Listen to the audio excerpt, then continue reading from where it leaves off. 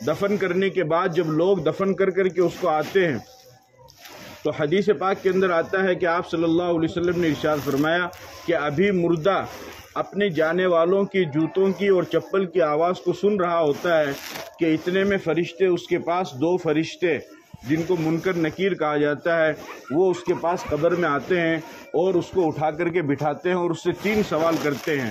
پہلا سوال ہے من ربو کا، تیرا رب کون ہے؟ دوسرا سوال ہے ما دینو کا، تیرا دین کیا ہے؟ تیسرا سوال ہے من نبیو کا، تیرے نبی کون ہے؟ اگر انسان نیک ہے، نیکیوں میں زندگی گزارنے والا ہے تو وہ ان تینوں سوالوں کے جواب دے دیتا ہے، اور اگر انسان نیک نہیں ہے، برا ہے، فاسق ہے یا منافق ہے یا کافر ہے تو وہ ان سوالوں کے جواب نہیں دے پاتا ہے اور اس کے پاس اس کا کوئی جواب نہیں ہوتا ہے، اور وہ کہتا ہے کہ میں تو کچھ جانتا ہی نہیں ہوں، مجھے تو کچھ معلوم ہی نہیں ہے۔ تو پھر فرشتے اس کے اوپر عذاب مسلط کرتے ہیں اور اس کو سخت ترین عذاب دیا جاتا ہے، سخت ترین عذاب اس کو دیا جاتا ہے۔ قبر کا عذاب انتہائی خطرناک عذاب ہوتا ہے۔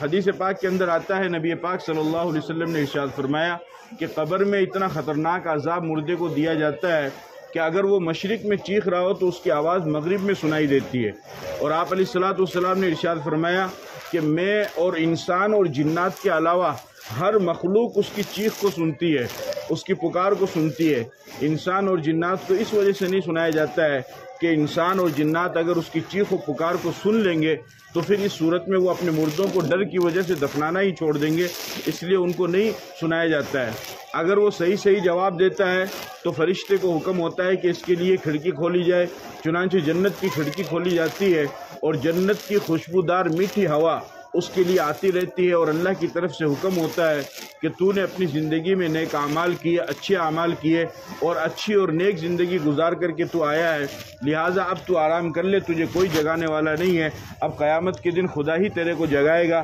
تیرے کوئی ڈسٹرب نہیں کرے گا۔ اور اس کے بالمقابل اگر وہ برا ہے، گنہگار ہے، نافرمان ہے اور بغیر توبہ کے وہ دنیا سے گیا ہے تو پھر اس صورت میں فرشتے کو حکم ہوتا ہے، وہ اس کے اوپر سختی کرتے ہیں، اس کو مارتے ہیں، اس کو سخت قسم کی سزا دیتے ہیں اور بہت سخت قسم کی اس کو سزا دی جاتی ہے اور اس پر عذاب کو مسلط کیا جاتا ہے۔ اب یہ انسان، اس نے جو بھی کچھ کیا ہے وہ انسان یعنی اس کی زندگی میں اس کے عمل کا سلسلہ ختم ہو جاتا ہے۔ حدیث میں آتا ہے، آپ صلی اللہ علیہ وسلم نے فرمایا اذا مات الانسان انقطع عنه عمله الا من ثلاث عن صدقة جاریہ او علم ينتفع به او ولد صالح يدعو له۔ فرمایا کہ جب انسان مرتا ہے تو اس کے عمل کا سلسلہ ختم ہو جاتا ہے، لیکن 3 چیزیں ایسی ہے کہ جو اگر انسان اپنی زندگی کے اندر ان 3 چیزوں کو کرے تو اس کے عمل کا ثواب اس کو مرنے کے بعد بھی ملتا رہتا ہے۔ اس میں سے ایک فرمایا صدقہ جاریہ، یعنی کوئی انسان نیک کام کرے یا مدرسے کے اندر تعاون کرے یا مدرسے میں پڑھنے والے بچوں کا تعاون کرے یا اسی طریقے سے کسی نیک کام میں کوئی حصہ لے کہ اس کے حصہ لینے سے اور اس کے تعاون سے، اس کی امداد سے اس کے مرنے کے بعد بھی لوگ اس سے فائدہ اٹھاتے رہیں تو یہ انسان مر کر کے دنیا سے چلا جائے گا قبر میں، اس کے باوجود بھی اس کو ثواب ملتا رہے گا۔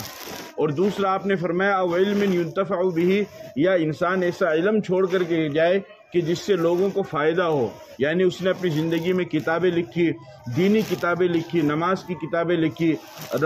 روزے کی کتابیں لکھی، اسی طریقے سے احکام کی کتابیں لکھی، تو اس کے مرنے کے بعد لوگ ان کتابوں کو پڑھتے ہیں، اس سے سیکھتے ہیں تو اس کو برابر ثواب ملتا رہے گا۔ یا اسی طریقے سے انسان نے اپنی زندگی میں بچوں کو دینی تعلیم دی تو اب وہ بچے جو آگے چل کر کے استاذ بنیں گے اور وہ دوسروں کو دینی تعلیم دیں گے، اس طریقے سے یہ سلسلہ جب تک چلتا رہے گا اسی طریقے سے اس مرنے والے کو بھی اس کا ثواب ملتا رہے گا۔ اور اخیر میں آپ نے فرمایا کہ ولد صالح یدعو لہ، کہ نیک اولاد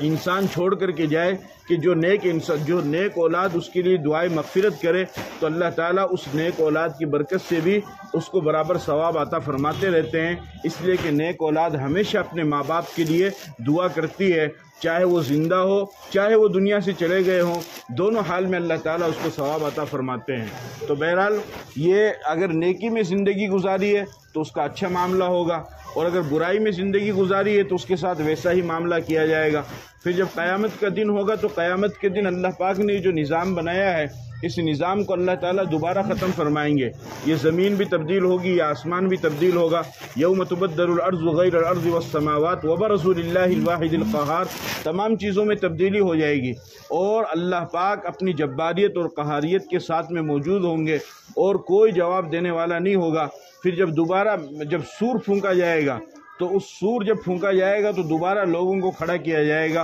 اور کھڑا کیے جانے کے بعد میدان محشر میں لوگوں کو جمع کیا جائے گا. اب جو کچھ بھی آپ نے کیا ہے اپنی زندگی کے اندر اس کا حساب آپ کو دینا ہے.